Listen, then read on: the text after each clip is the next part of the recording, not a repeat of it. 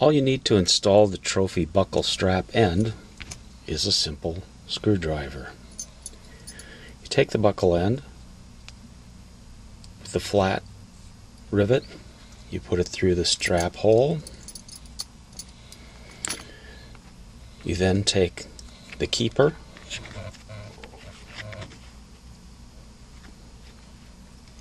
line up the holes in back,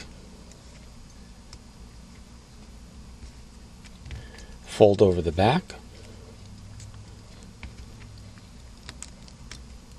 take the screw end in, line it up with the front,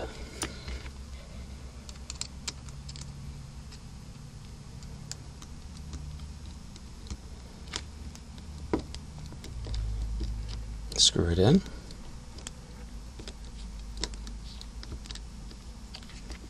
and then before you tighten it up, just make sure everything is straight.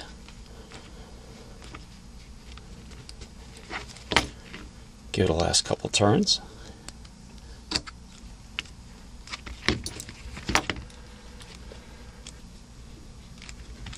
And there you go. Then you just thread through the long end. Adjust it as you like. This end goes on the guitar, and you're done.